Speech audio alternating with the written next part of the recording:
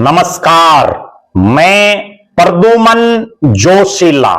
हरियाणा के मुख्यमंत्री नायब सिंह सैनी पिछले काफी दिनों से हरियाणा प्रदेश के अलग अलग विधानसभा क्षेत्रों में विकास और धन्यवाद रैलियां कर रहे हैं।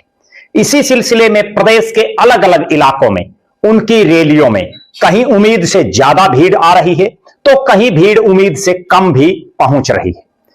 जो उस रैली के आयोजक हैं उन पर मुख्य कर्ता धर्ता ये सारा रैली की कामयाबी का सिस्टम रहता है। प्रदेश के अलग अलग इलाकों में मुख्यमंत्री नायब सिंह सैनी जा रहे हैं, उस इलाके के लोगों का धन्यवाद कर रहे हैं बीजेपी की सरकार बनाने के लिए और उस इलाके में विकास कार्यों की झड़ी लगाने का काम कर रहे हैं। इसी कड़ी में प्रदेश के मुख्यमंत्री नायब सिंह सैनी पहुंचे हरियाणा प्रदेश के एक ऐसे इलाके जिसे क्रांतिकारियों की धरती कहते हैं, जिसे खेती किसानी और पंचायतियों की धरती कहते हैं। एक ऐसा इलाका जिसका प्रदेश ही नहीं देश की राजनीति में डंका बजता रहता है। हम बात कर रहे हैं महम की। जी हां, रोहतक का महम इलाका।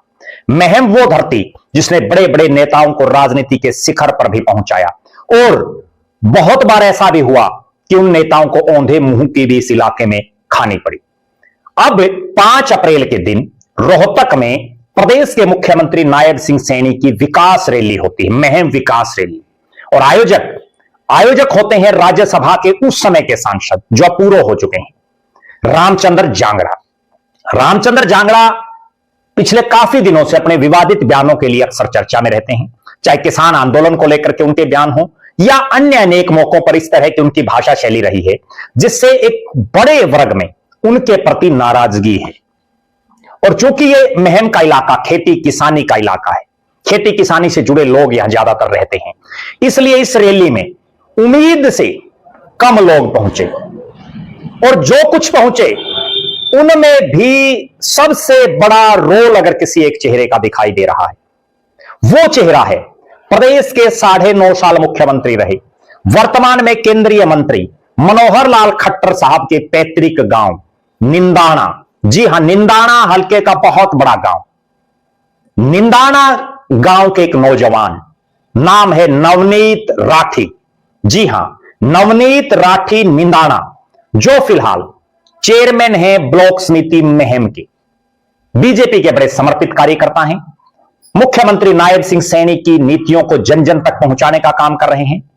और मनोहर लाल खट्टर साहब के पैतृक गांव का यह नौजवान नवनीत राठी अपने साथ 200-250 ट्रैक्टरों का बड़ा लंबा काफिला और लगभग 125 यानी 125 से 130 गाड़ियां लेकर के इस रैली में हजारों लोगों के साथ पहुंचा।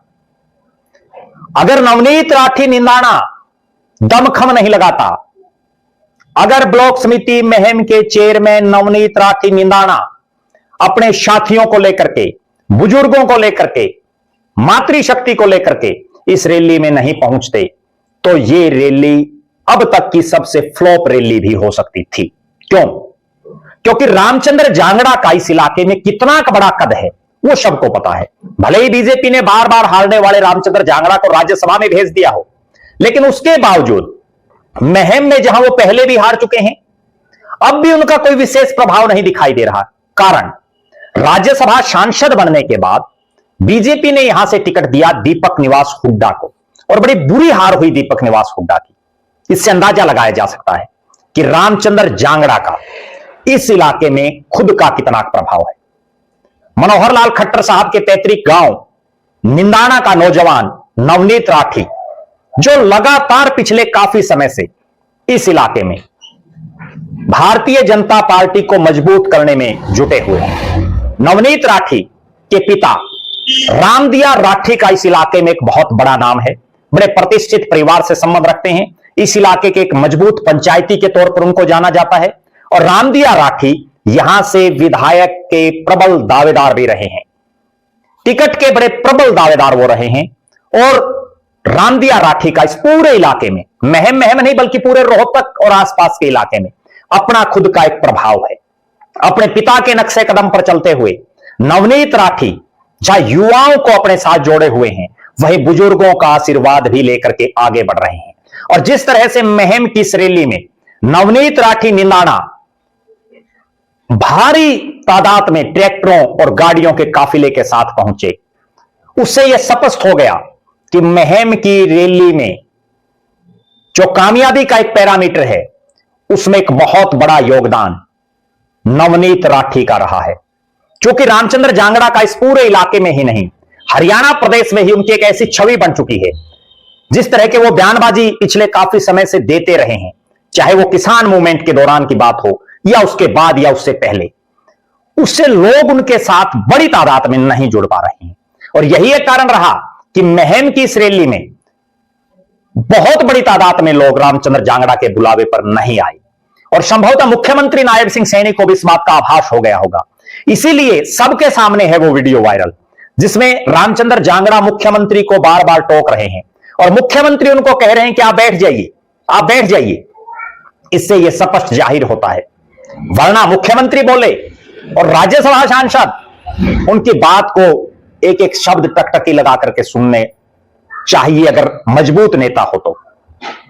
निश्चित रूप से इस पूरे इलाके को एक ऐसा नौजवान मिला है नवनीत राठी निंदाना के तौर पर, जो ना केवल भारतीय जनता पार्टी की मजबूती को लेकर के काम कर रहा है, बल्कि जन जन तक मनोहर और नायब सैनी के कार्यकाल के जो काम है वो भी पहुंचा रहा है, वो भी बातें बता रहा है।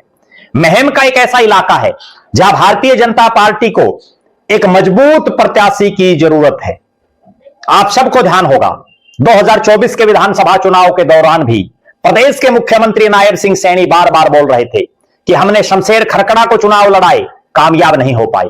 हमने एक नौजवान को उतारा है, लेकिन वो नौजवान दीपक निवास हुड्डा भी कामयाब नहीं हो पाया। अब संभवतः ऐसा लग रहा है कि बीजेपी एक बार फिर से किसी नए चेहरे पर दांव खेलेगी। और जिस तरह की मेहनत नवनीत राठी निंदाना पार्टी के लिए कर रहे हैं, जिस तरह से रैली हो या कोई अन्य कार्यक्रम, उसमें अपने बड़ी भारी तादाद में साथियों के साथ पहुंच रहे हैं, उनका भविष्य उज्जवल दिखाई दे रहा है। आप दर्शक क्या मानते हैं? नवनीत राठी निंदाना को लेकर के आपकी क्या राय है? अपनी बेबाक राय जरूर रखें। नवनीत राठी निंदाना के राजनीतिक भविष्य को लेकर के आपका क्या मानना है, जरूर कमेंट करें। और मुहिम विधानसभा का जो वर्तमान में सीन है, बीजेपी किस चेहरे को चुनावी मैदान में उतारे जिससे मुहिम में बीजेपी का कमल खिल सके, अपनी बेबाक राय आप जरूर रखें। हमारी नजरें पूरे हरियाणा प्रदेश की राजनीतिक गतिविधियों पर निरंतर है। बहुत बहुत धन्यवाद। आपका अपना प्रद्युमन जोशीला।